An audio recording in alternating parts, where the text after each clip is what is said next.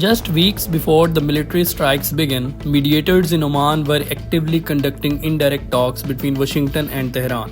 The Omani foreign minister noted that a historic diplomatic deal was actually within reach. During these negotiations, Iran prepared to make significant unheard-of concessions. Most notably, they formally committed to not possess the material required to manufacture a nuclear weapon. And then, the talks were completely derailed. Right in the middle of these active negotiations, the US joined Israel in surprise bombing campaign against Iranian nuclear installations. The administration offered shifting justifications for the sudden attack, claiming it was a preemptive strike against an imminent threat. However, Pentagon officials later admitted in congressional briefings that they had zero intelligence, indicating Iran was actually preparing to attack US forces. As the bombs fell, energy markets reacted instantly. Oil prices surged and European natural gas prices spiked by over 50%, shaking global markets at the prospect of a massive energy shock. Abandoning an active peace process for a military strike turned a localized diplomatic effort into a massive volatile liability for the global economy. The entire premise of the US military strategy rested on a specific calculation. The administration believed a quick burst of targeted air power would trigger the immediate collapse of the Iranian government. It was a direct repetition of past American interventions. The harsh lessons learned from attempting to forcefully remake the governments of Iraq,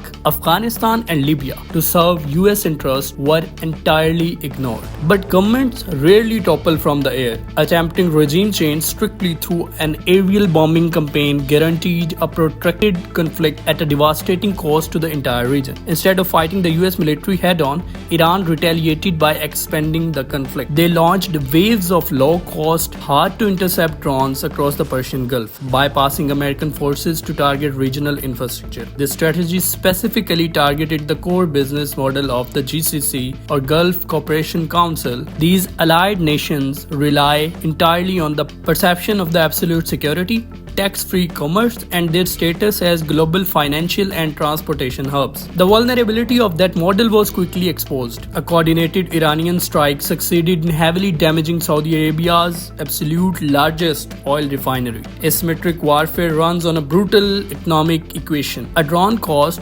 almost nothing to produce, while advanced surface-to-air missiles carry a staggering price tag.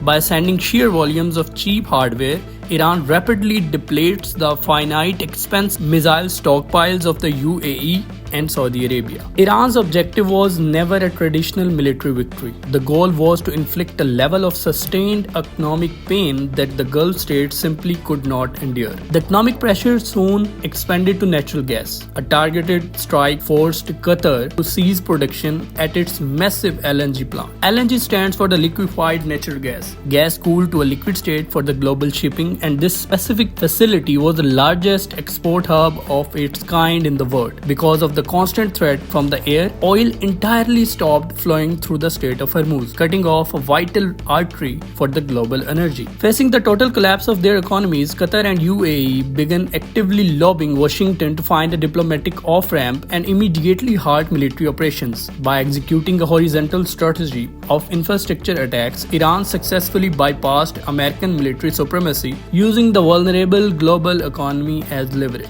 To salvage their failing strategy, the US and Israel escalated the air campaign, intensely bombing residential buildings, hospitals, and schools in Tehran. They also opened a volatile new front. The US began arming Kurdish militants based in Iraq, directing them to launch ground incursions into Iran to try and artificially spark an internal civilian uprising. At the same time, the administration refused to offer a diplomatic exit. Trump demanded Iran's unconditional surrender and publicly insisted that he must have a say in who runs the Iranian government. As the initial promise of a quick, decisive win vanished, the administration's desperation pushed them across the line into civilian targeting and active border destabilization. At home, public opinion fractured rapidly. Multiple polls showed the vast majority of the American public strongly opposed the ongoing military action. Senator Bernie Sanders explicitly condemned the operation, calling it as illegal,